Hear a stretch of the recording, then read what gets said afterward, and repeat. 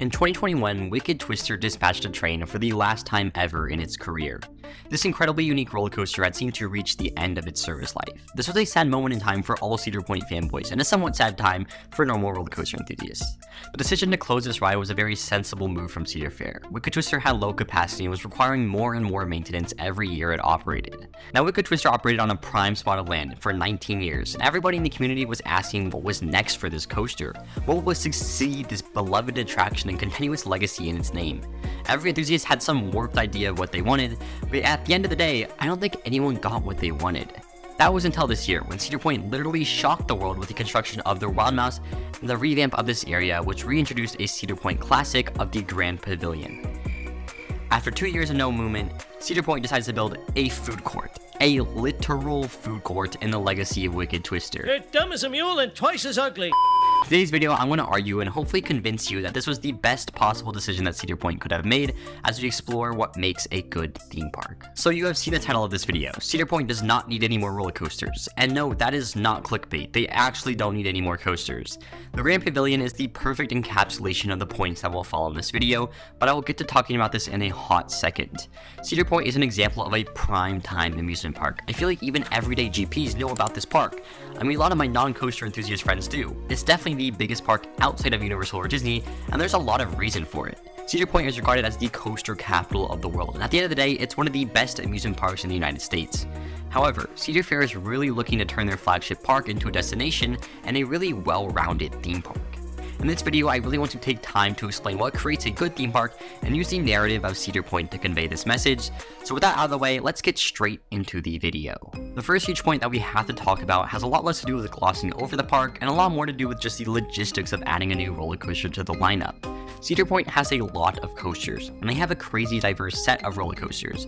There's something for pretty much every niche. I can go through almost every single category of coasters and name something from Cedar Point that fills that niche.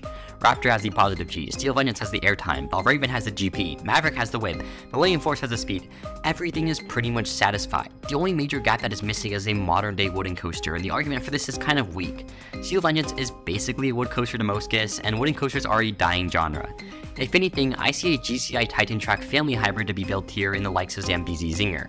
If one thing is clear about the past couple of years and the near future, family coasters are the future, and this would add a very unique coaster while bolstering the ride lineups for families. Besides the modern woody, every other addition that Cedar Point could add, keyword being could add, is just niche genres. I mean, what's stopping them from adding a B&M Flyer, or a Mach Extreme Spinner, or an SNS 4D coaster, or an SNS Axis coaster? Well, first off, the answer is money, and second off, they don't really need it. Besides some family editions, Cedar Point's ride lineup was completed in 2018 with the opening of Steel Vengeance. They needed one headlining standout attraction besides Maverick, and they built one of the best coasters in the world. And based on the vote coaster results, they built objectively the best coaster in the world. Like seriously, even Quasi got nothing on Steve. I mean, I would make the argument that Steel Vengeance was the last thing the park truly needed. Besides it being an elite ride, it's an airtime machine that the park definitely needed. This coaster and Maverick probably make one of the best 1-2 punches in the world. One last small detail is that Cedar Point is absolutely landlocked. I mean, being on a peninsula in the middle of a lake limits your expansion plans. Unless you're the Middle East or Shanghai building fake islands, your land is very limited. Now, this is not the biggest deal right now, because if you put your mind to it, you could build a coaster pretty much anywhere. This will force Cedar Fair to get creative with their additions in the coming years, or remove some of the classics. Like, I don't see Gemini being here too much longer, but that's entirely besides the point. So what does Cedar Point do? Well, they gloss over the park. There is so much more to a theme park besides just rides. I mean, that is the best aspect about a park, but it's not exclusive to just that. Shows, dining, theming, this is what truly rounds off a theme park experience. Of course, there are the obvious examples of Universal and Disney, but that's not in the realm of what Cedar Fair is trying to do. A better example is Dollywood and Silver Dolly City. These parks have a crazy amount of charm and pull off theming very well. The theming isn't like an immersive experience, it's more like, hey, this is the theme of the area, this is what we're trying to do with it, and it touches up the ride and makes it just a tad bit better. Theming is arguably the best element of any coaster, and every park does it. Believe it or not, the color of the track, the trains, the logo of the ride, it's all theming, and it helps makes the ride more marketable. If there was this rusted over coaster with no paint on it and with no grand entrance, there would be no ridership because it just wouldn't attract people. Cedar Fair's goals with Cedar Point is to make the park more marketable and make it just a better overall experience. The first example we really see with this is probably Snake River Expedition, when Cedar Fair tried to really tie together a theme park ride, but I do have to admit it's not the best thing ever, but it's far from the worst thing ever. The huge eye-opener is the Grand Pavilion. Of course, this was packaged with the Wild Mouse, but that was just an extra point to add a new coaster and fill the family coaster gap a little bit. The Grand Pavilion food court was the real big addition and goes to show what Cedar Fair is trying to do with Cedar Point. They really went to gloss over the park and make it a more well-rounded experience. So now my point comes to the future of this park. Of course, Top Thrill 2 is planned for 2024, and this edition also kind of aligns with the goals of Cedar Point.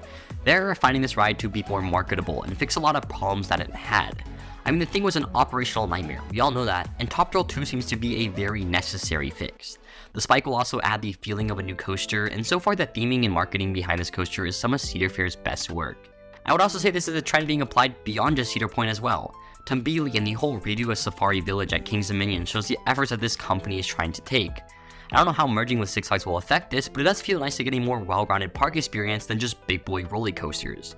I feel like Cedar Point is trying to become a closer park to Kings Island and Knott's Berry Farm, where quality is delivered across the entire park and not just in the thrill rides. There is this evidence and just a general trend in the industry that is favoring quality and family attractions. I dived into this topic in one of my previous videos, but parks in the US are building an insane amount of family attractions with some theming. If you look at Good Gravy, Penguin Trek, Phoenix Rising, you can kind of see theming is becoming more accessible for pretty much everyone. Dr. Diabolicals is a good example of this. This Beat and Dive coaster has an immersive queue line and a full pre-show, and this sits in a Six Flags park. That is crazy to me. So yes, Cedar Fair rivals are also competing with this market and kind of shows where the industry is heading to. Theming is more accessible and it's becoming more popular, so Cedar Point has a jump on that trend as well. So yes, the Grand Pavilion was one of the best decisions for Cedar Point, and I really hope you can now see why. It is one of the nicest food courts in the entire park. I think this is going to be the trend of Cedar Point for the near future. Renovate existing areas or rework them into a more complete experience, because believe it or not, there is more to theme parks than just adrenaline. At the end of the day, theme parks are mostly visited by families, so I would also not be too surprised if Cedar Point expands their offerings for family attractions in the near future as well. So there it is, Cedar Point does not need more roller coasters. There is so much more to making a complete theme park than just coasters. A truly world-class park offers shows, dining, and theming to create a fully holistic experience. And this is exactly what Cedar Point is trying to do with their addition of the Grand Pavilion. So that's all for today's video, guys. Let me know if you agree with my decisions in the comment section down below. As always, make sure to like and subscribe, join the Discord, link in the description. I'll see you in the next one. Have a great rest of your day. Goodbye.